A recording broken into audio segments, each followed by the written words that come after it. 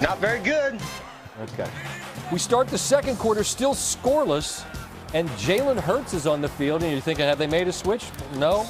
Comes in. That was the first snap all year where Wentz was on the sideline, completes it to Alshon Jeffrey, and Hurts back to the bench.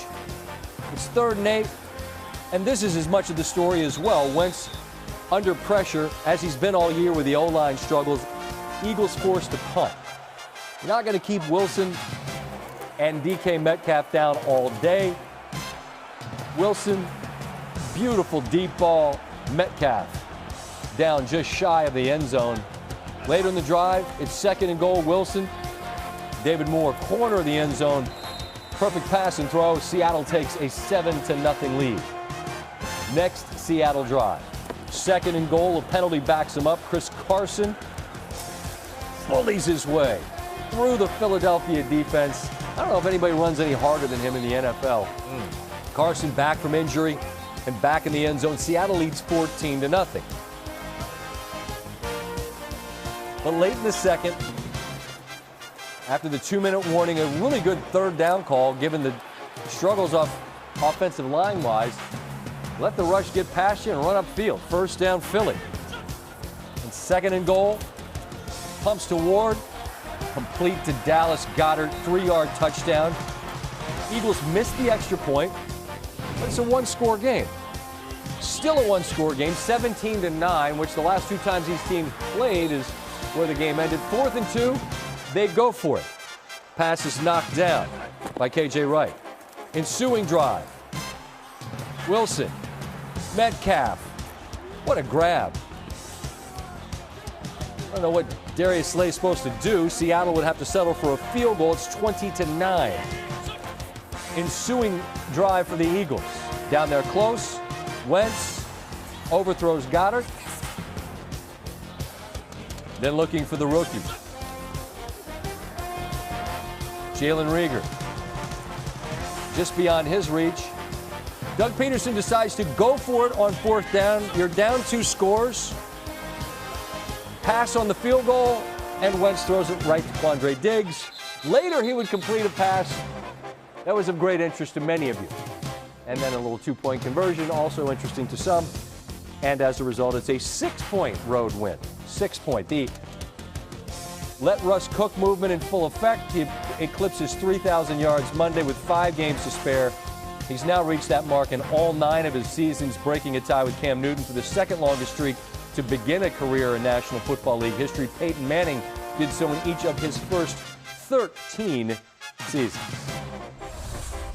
Time now for our T-Mobile post-game coverage. Lisa Salters with Russell Wilson.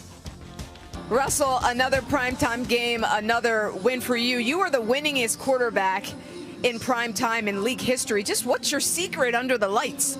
Oh, man, I think just staying poised. I think just believing and always being prepared. I believe in being prepared. I believe our football team was prepared. We're playing championship football. We got through some tough times. We also doing a great job all season.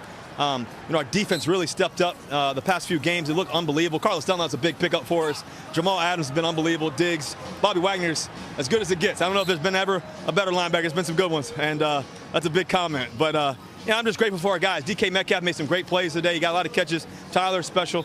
Guys ran the ball really well. We had that holding call. It could have been another touchdown. We had a couple big plays that could have been there too as well to really break the game open. But we kept battling. We did it together, and that's what championship teams do. And so I just love playing. I love being prepared. I love winning, and I love the process more than the end result. Let's talk about this kid.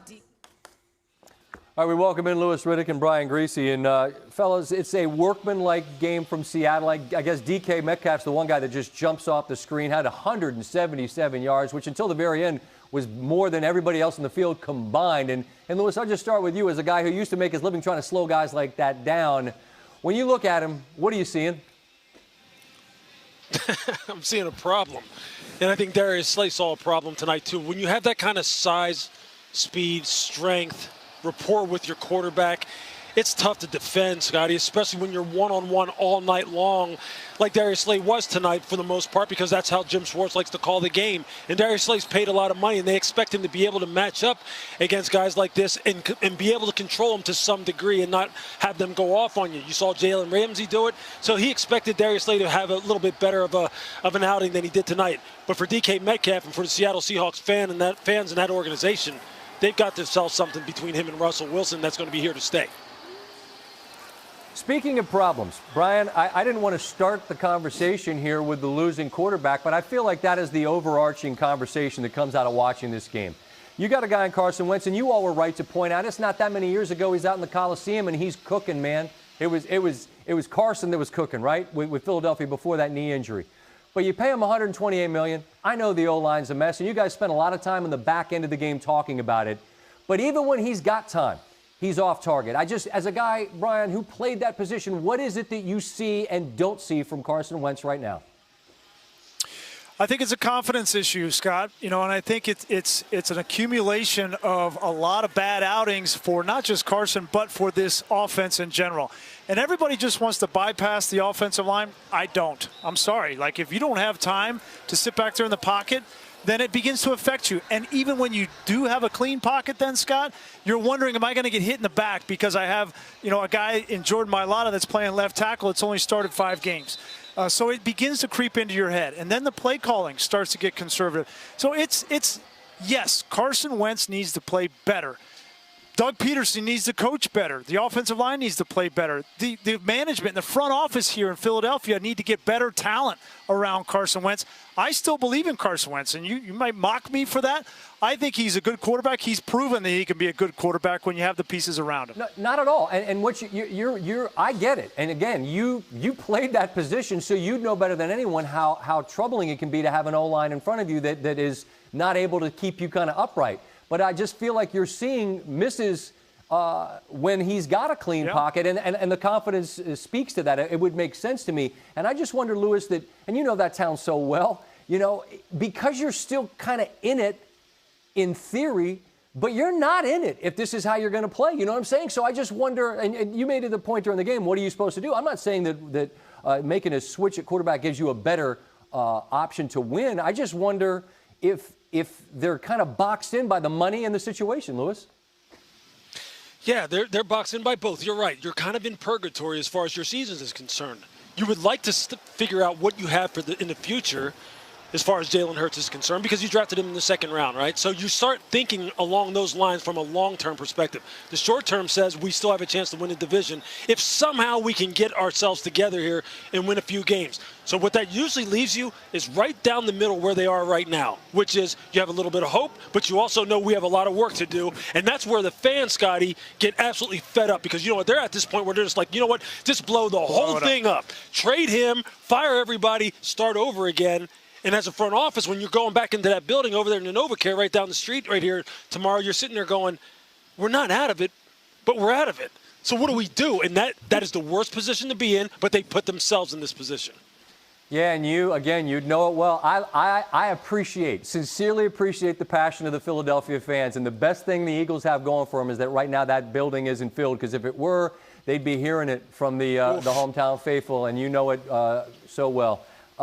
We got Wednesday football this week. We got doubleheaders next Monday. You got a San Francisco game in Arizona. Whatever, man. We're happy we got what we got, and we'll look forward to talking to you all next week. Travel well. Appreciate it. Thanks, Scott. Man. See you.